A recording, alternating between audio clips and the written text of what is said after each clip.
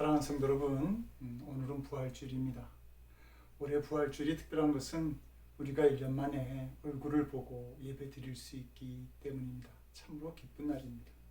그런데 더 바라는 것은 이 부활절 날 정말 부활하신 주님을 만날 수 있는 그러한 성도들이 되기를 원합니다. 그러면 우리는 더 큰 기쁨을 누릴 수 있게 되겠죠. 성도 여러분들은 네바다주에 있는 후보댐을 가보신 줄 압니다. 그 후보댐 입구에 보면 이 후보댐을 짓다가 돌아가신 분들에 대한 이름이 쭉 있고 그 마지막에 성경 이사야를 인용한 구절이 있는데, 이들이 희생당한 이유는 사막에 장미꽃이 피어나고 골짜기에 생명의 강이 흘러가기 위해서였습니다. 이렇게 기록되어 있습니다. 예수님도 마찬가지 않을까요? 예수님도 십자가에 달려 돌아가신 이유가 우리의 메마른 영혼의 꽃이 피고 또 희망 없는 삶의 열매를 맺게 하시기 위해서, 그리고 그 사망의 골짜기에 생명의 강물이 흘러넘치도록 하시기 위해서, 그래서 십자가에 달려 돌아가신 것이죠. 근데 십자가가 그러한 역사를 나타낼 수 있었던 것은 십자가가 죽음으로 끝난 것이 아니라 그 이후에 부활의 영광이 나타났기 때문입니다. 초대교인들은 교인들을 부활의 주민들이다 이렇게 말하였습니다. 왜냐하면 그들은 부활의 믿음을 가지고 매주일 모여서 예수님의 부활을 기념하였기 때문이죠. 안식 후 첫날 곧 예수님이 부활하신 날에 정기적인 모임을 가졌었는데, 이것이 오늘날 우리들이 예배를 드리는 주일이 된 것입니다. 성도 여러분들은 왜 부활절을 기뻐합니까? 왜냐하면 이 부활절이 예수님이 하나님임을 알게 하는 것이고, 또 예수님이 우리의 완전한 구원자라는 사실을 보여주기 때문에 그런 겁니다. 그리고 이 부활절을 통해서 우리의 믿음이 다른 종교와 구분되어지는 이유를 말해 주기도 합니다. 우리에게 성탄절이 있는 것처럼 불교에서도 석가모니의 탄신일이 있죠. 그러나 불교에 부활절은 없습니다. 왜냐하면 죽은 자의 부활은 오직 살아계신 하나님만이 나타내실 수 있는 역사이기 때문입니다. 불교에서 부처님의 몸에서 나온 그 사리를 여러 나라의 절에서 사찰에서 보관하고 있는데, 그 사찰을 찾는 불자들은 아주 경건한 자세로 그 사리 앞에서 경배를 하죠. 그러나 그들은 그 부처님의 부활에 대해서 얘기를 하지 않습니다. 이것은 이슬람의 마음에도 마찬가지죠. 왜냐하면 이 석가모니나 마음에서 다 사람이기 때문에 그런 겁니다. 부활의 역사는 하나님께서만이 일으키실 수 있는 일들이기 때문입니다. 예수님의 부활은 단순한 어떤 그 이론이나 교리가 아닙니다. 그것은 실제적 사건입니다. 왜냐하면 이 부활에 대한 결정적 증거들이 너무도 많이 있기 때문입니다. 첫째는 예수님의 빈 무덤이죠. 왜 로마 정부와 유대 종교 지도자들이 성도와 교회를 핍박하였을까? 만약 그들이 예수님의 시신을 보았다면 굳이 핍박할 이유가 없었을 것입니다. 부활을 믿는 성도들에게 그 예수님의 시신을 보여주면 되었으니까요. 그런데 그들이 예수님의 빈 무덤이 비었다고 하는 사실을 알고 난 후에 이 성도와 교회들을 핍박하기 시작한 겁니다. 둘째로 사도들의 변화입니다. 마태복음 28장을 보게 되면 예수님의 무덤을 지키던 병사들이 빈 무덤을 발견하고 예수님의 그 제사장에게 달려가죠. 그래서 그 빈 무덤, 예수님의 부활에 대해서 그들에게 이야기를 하게 되자 이 제사장들이 이 병사들에게 돈을 주면서 이렇게 말합니다. 너희는 말하기를 그의 제자들이 밤에 와서 우리가 잘 때에 그를 도둑질하여 갔다 하라. 이렇게 얘기하죠. 근데 성도 여러분, 정말 그들의 말대로 예수님의 그 빈 무덤이 제자들이 조작한 사건이라고 한다면 그 제자들이 그 거짓말을 위해서 정말 순교를 할 수 있었을까요? 예수님의 제자 안드레는 그 십자가에 3일 동안 매달려 있다가 아주 잔인하게 죽어갑니다. 그런데 그는 그 십자가에 매달려 있는 동안 이렇게 고백합니다. 내 지극히 바랐고 오래 구했던 오 십자가, 십자가에 매달려 죽은 주의 제자로서 기쁘게 그리고 즐거운 마음으로 그대를 만노라. 이렇게 고백합니다. 사람들은 죽음 앞에 진실하다고 하죠. 그렇기 때문에 거짓말에 순교할 사람들은 별로 없습니다. 더구나 지금 이 제자들은 평소에 세상의 권력과 재물을 탐하던 사람들이었기 때문에 이 예수님의 죽음을 두고 그 당시 권력자들과 이렇게 타협할 수도 있었을 것입니다. 그러나 그들은 순교를 선택합니다. 왜냐하면 부활의 예수님을 보았기 때문입니다. 셋째, 초대교회의 부흥입니다. 너무도 초라한 기독교가 수천 년을 이어온 그 유대교와 그리고 당시 가장 큰 영향력을 행사했던 헬라 철학 또 로마의 정부와 싸워서 정말 이길 수 있었을까요? 그런데 그들은 그 막강한 이 힘들과 이기게 됩니다. 박해가 심할수록 오히려 그들은 더 멀리 나아가서 복음을 전하는 놀라운 부흥을 일으켰죠. 그들이 이렇게 할 수 있었던 힘이 어디서 나왔을까? 바로 부활을 경험했기 때문에 그렇습니다. 넷째, 너무나 많은 증인들이 있었다고 하는 사실입니다. 사도 바울은 고린도전서 15장 6절에서 500여 형제에게 일시에 보이셨나니 그 중에 지금까지 태반이나 살아있다고 이렇게 증거합니다. 500여 형제에게 일시에 보이셨다. 그렇다고 한다면 더 많은 부활의 증인들이 있었다라고 하는 말입니다. 우리가 살펴본 이 네 가지 외에도 더 많은 부활의 증거들이 있죠. 그래서 케임브리지 대학의 교수였던 카논 웨스트코트는 말하기를 모든 증거를 종합해 볼 때 그리스도의 부활보다 더 낫거나 더 정확하게 입증된 역사적 사건은 없다. 이렇게 단언했습니다. 여기 모인 우리 모두가 예수님의 부활을 믿습니다. 그런데 예수님의 부활을 믿는 사람 중에 참 부활 신앙을 가진 사람과 거짓 부활 신앙을 가진 사람들이 있습니다. 그것을 구분하는 기준은 그 부활의 능력이 있느냐 없느냐라고 하는 겁니다. 고린도 교회에는 문제 있는 교인들이 많았습니다. 그들도 예수님을 믿는다고 하고 그리고 성경도 잘 안다고 했지만 그들은 여러 가지 문제를 만들고 교회를 혼란스럽게 만들고 있었던 것이죠. 그러자 사도 바울이 세 번째로 고린도 교회를 방문하면서 이 본문 1절에서 말하기를 내가 이제 세 번째 너에게 갈 테니 두세 증인의 입으로 말마다 확정하리라. 그러니까 지금까지 전해주는 보고나 말만을 듣고 판단했다고 한다면 이제는 그 삶의 증거들을 내가 가서 분명히 보겠다. 그렇게 이야기하고 있는 것이죠. 성도 여러분, 만약에 예수님이 바울처럼 직접 우리에게 오셔서 부활의 믿음을 확인하겠다고 한다면 여러분들 정말 참된 믿음의 그 부활의 증거들을 보여줄 수 있나요? 우리가 부활의 그 참된 믿음을 가지고 있다면 우리 생활 속에서 그 부활의 믿음에 대한 능력도 증거들도 나타날 때 참된 믿음이라 말할 수 있을 것입니다. 그렇다고 한다면 부활의 능력은 무엇입니까? 살아계신 예수님을 지금 경험하고 그분과 함께 살아가는 일인 것입니다. 예수님께서 부활하셨다라고 하는 말은 지금 살아계셔서 나에게 역사하시고 있다 그 말인 것이죠. 지구가 둥근 것을 알았다고 우리의 삶이 달라지지는 않습니다. 왜냐하면 그것은 단순한 지식이기 때문에 그런 것이죠. 그러나 청년이 사랑하는 여인을 만나면 그 청년의 모든 삶이 달라집니다. 세상이 아름답게 보이고 마음에 한없이 솟아오르는 기쁨과 한의를 경험하고 그리고 끊임없이 솟아난 엔돌핀으로 해서 그냥 놀라운 힘도 발휘하죠. 마찬가지로 지식으로 그친 그 부활의 믿음은 거짓 부활인 것입니다. 아무런 부활의 능력이 나타나지 않는 것이죠. 그러나 예수님을 만나게 되면 사람은 변합니다. 다른 생활을 하게 되고 놀라운 능력을 하게 되죠. 부활하신 예수님과의 만남이 부활의 능력을 나타내게 되는 것입니다. 예수님의 부활을 목격했던 사람들이 너무나 큰 충격을 받았습니다. 그러나 그들이 공개적으로 그 소식을 전하지 못합니다.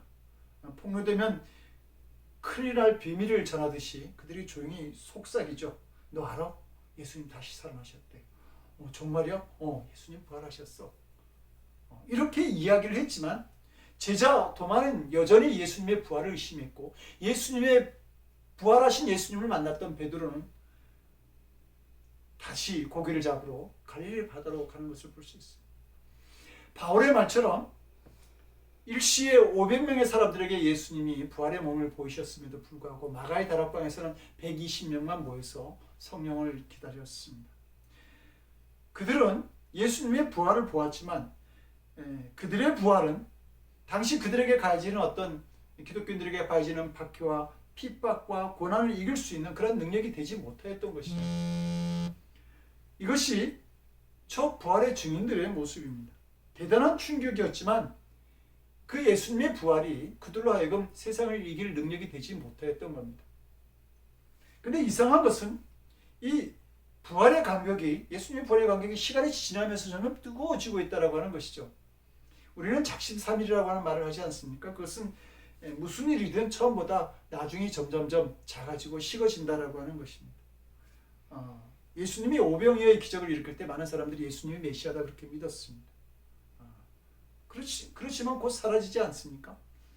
죽었던 나사로가 살아날 때 그 유대인의 모습을 요한복음 11장 45절은 마리아에게 와서 예수의 하신 일을 본 많은 유대인이 저를 믿었으니 이렇게 말합니다. 예수님을 믿었다고 말합니다. 그러나 그 유대인들도 그 믿음이 곧 사그라지고 맙니다. 그래서 예수님이 빌라도 법정에서 재판 받으실 때에 바라바를 놓아주고 예수를 십자가에 못 박으라 그들이 소리를 지른 것입니다.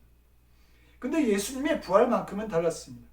예수님의 부활을 처음 목격하고 들었던 제자들이 처음에는 자신들이 했던 행동들이 부끄러워서 갈릴리로 도망하기도 했지만 시간이 지날수록 오히려 제자들은 두들겨 맞으면서도 또 죽음을 당하고 순교를 하면서도 공개적으로 예수님의 부활을 증거하기 시작했습니다. 초대교회 성도들 역시 그 예수님의 부활에 감격하면서 순교당함을 기뻐하였습니다. 그리고 복음의 길을 계속 걸어갑니다. 도대체 이 믿음의 역사는 어디에서 시작되고 일어난 것일까? 그들은 성령의 역사심을 통해서 부활하신 예수님을 새롭게 만났던 것입니다. 그 예수님의 부활이 그들에게 임하는 경험을 하였던 것이죠. 우리가 베드로에게 예수님을 모른다고 3번씩이나 부인했던 당신이 어떻게 위대한 사도가 될 수 있었습니까? 그러면 그는 대답할 것입니다. 부활하신 예수님을 만났기 때문입니다. 그 사도 바울에게 예수님을 믿는 자를 핍박하던 당신이 어떻게 예수님을 위해서 순교할 수 있었습니까? 그러면 내가 부활하신 예수님을 다메섹 도상에서 만났기 때문입니다. 이렇게 대답할 것이고요. 도마에게 당신은 그렇게 의심이 많아서 예수님의 부활도 믿지 않겠다고 했는데 어떻게 충성스러운 종이 되었고 순교자의 삶을 살아갔습니까? 라고 물으면 부활하신 예수님을 만났기 때문이라고 대답할 것입니다. 역시 스데반 집사에게 당신은 어떻게 돌에 맞으면서도 얼굴이 천사와 같은 모습으로 죽어갈 수 있었습니까? 라고 그렇게 물으면 하늘이 열리고 예수님이 서서 나를 내려다보시는 그 예수님의 모습을 보았기 때문입니다. 라고 역시 대답할 것입니다. 한결같이 부활의 예수님을 만났기에 그들이 새로운 삶을 시작할 수 있었던 것이죠. 요즘 가끔 유튜브에서 조중민 목사의 설교나 그가 신앙적 대담을 하는 것을 보게 되는데요. 그분은 MBC 뉴스의 간판 기자였고 그리고 특파원이었고 유명 앵커이기도 했고 그리고 MBC 인터넷 사장이었던 사람입니다. 그러던 그가 어느 날 새벽 늘 가던 골프장 연습을 하러 가는데 그만 문이 닫히고 말았어요. 집으로 돌아갈까 생각하다가 그 골프장 옆에 아내가 다니던 교회가 있다는 사실을 생각하게 되죠. 그러면서 그 순간 왜 매일 피곤하다고 하는 아내가 새벽마다 그 교회를 나갈까?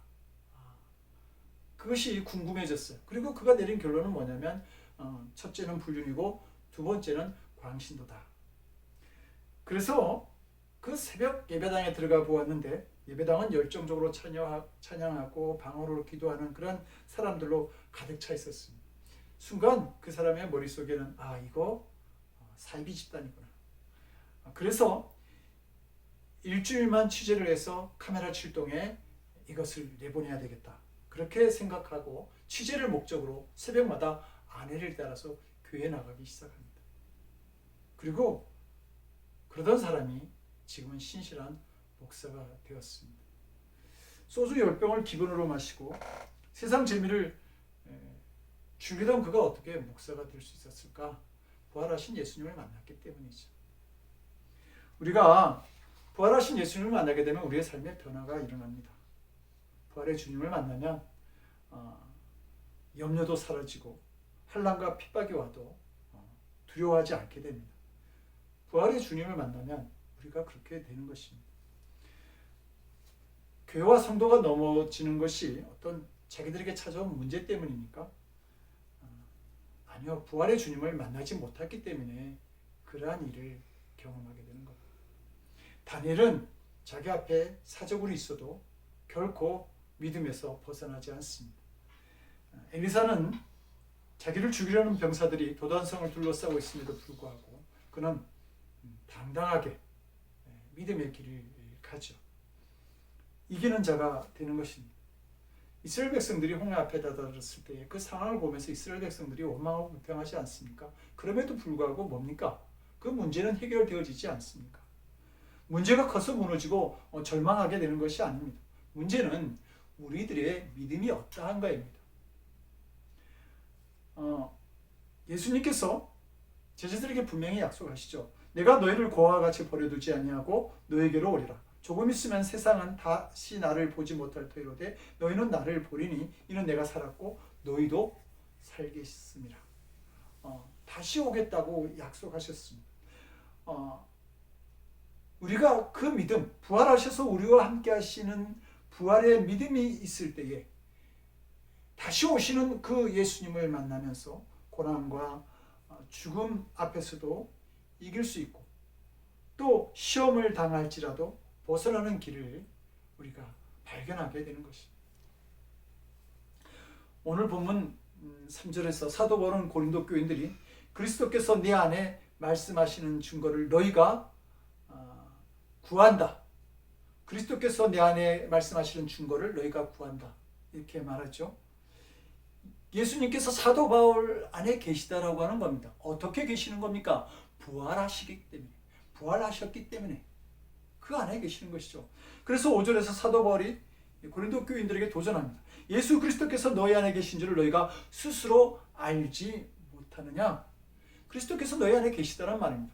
어떤 사람들은 바울의 이 말에 대해서 가마력이다 이렇게 말합니다. 마치 유명한 사람이 죽었을 때에 그는 죽었지만 여전히 우리들의 가슴속에 그 사람은 살아있습니다라고 말하는 것처럼 예수님의 부활도 예수님의 말씀과 그 기적의 사건들이 사람들에게 준 감동으로 살아있는 것이다 이렇게 말하는 사람들이 있습니다. 근데 성도 여러분, 가마력이라고 하는 것이 죽은 사람을 살아내게 할 수 있는 겁니까?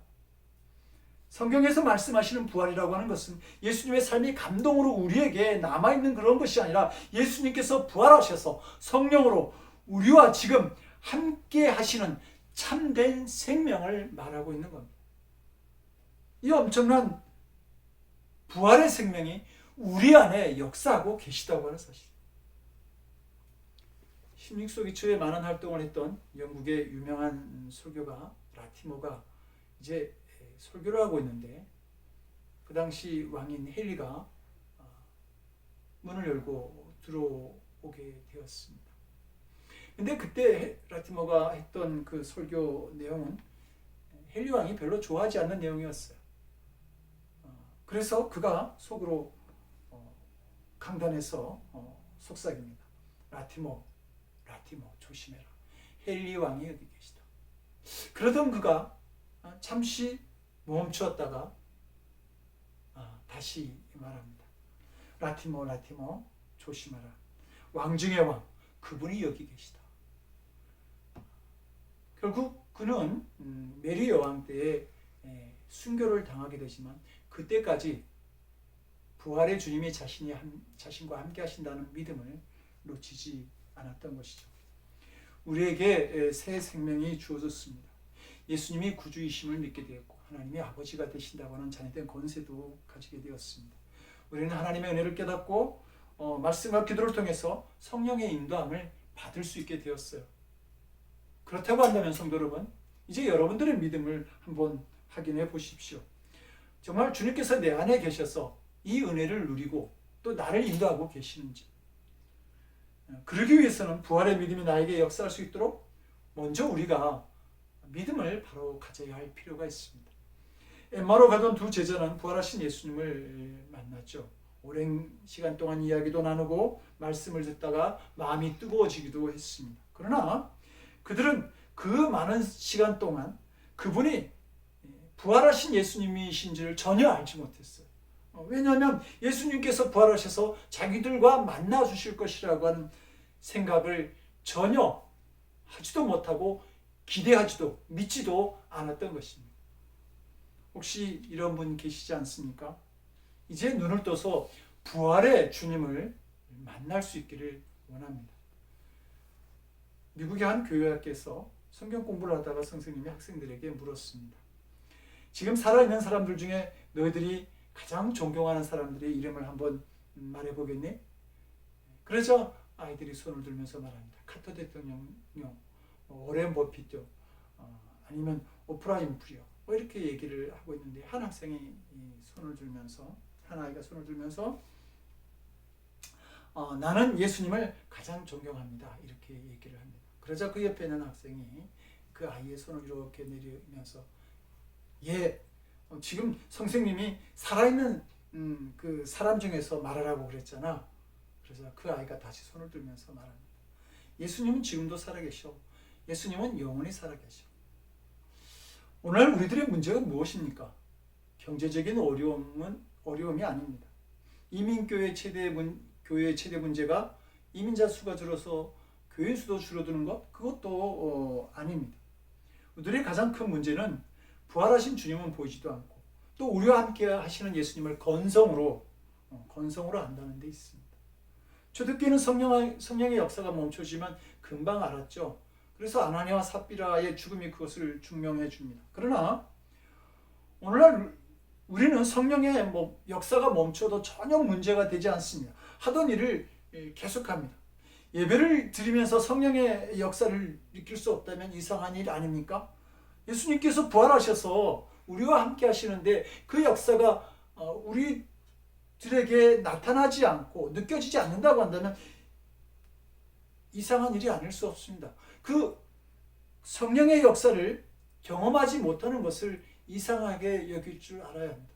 근데 오히려 이상하게도 우리에게 성령의 역사가 나타나면 이상하게 느끼고 그것이 문제가 되고 성령의 역사가 나타난 말과 행동이 성도들에게, 기독교인들에게 부담을 주는 것을 볼 수 있습니다. 우리가 성령의 역사가 나타나지 않는 것, 그것을 이상하게 느낄 때에 그때 우리가 성령의 갈급함, 주님에 대한 갈급함, 부활하신 예수님에 대한 갈급함이 일어나게 되는 것이죠. 성도 여러분, 정말 진정한 부활의 신앙으로 살아가도록 우리들이 기도할 수 있어야 됩니다. 그럴 때에 부활하신 예수님께서 우리를 통해서 또 교회를 통해서 역사하시게 되는 것이죠. 종교개혁을 일으킨 마틴 루터가 원수의 기와장이 다 나를 대적할지라도 나사렛 예수가 나와 함께 하시면 나는 승리할 수 있다. 그렇게 담대하게 고백했습니다. 루터의 말처럼 부활하신 주님께서 나와 함께 하시면 이 세상의 권세, 사탄의 무리와 싸워서 능히 우리가 이길 수 있는 자가 되는 것이죠. 그러므로 성도 여러분, 부활의 능력으로 사심으로 이 세상을 이기며 살아가는 사랑하는 성도들 되시기를 주님 이름으로 간절히 축원드립니다. 기도하시겠습니다. 부활의 역사로 우리에게 오신 주님을 찬양합니다. 의심의 마음을 버리고 이제 부활의 주님을 영접하길 원합니다. 부활의 능력으로 살아가기를 원합니다. 세상을 이기고 하나님께 영광 돌리는 저희들이 되기를 원합니다. 이제는 성자, 성부, 성령 삼위일체 하나님의 거룩하신 은총과 역사하심이 부활의 주님이 나와 함께 하심을 믿고 부활의 능력이 나타나는 삶을 살아가기를 원하는 거룩한 성도들 머리 위에 저들의 가정과 일터와 삶의 곳곳 위에 지금으로부터 영원토록 함께 하옵시기를 간절히 축원하옵나이다. 아멘.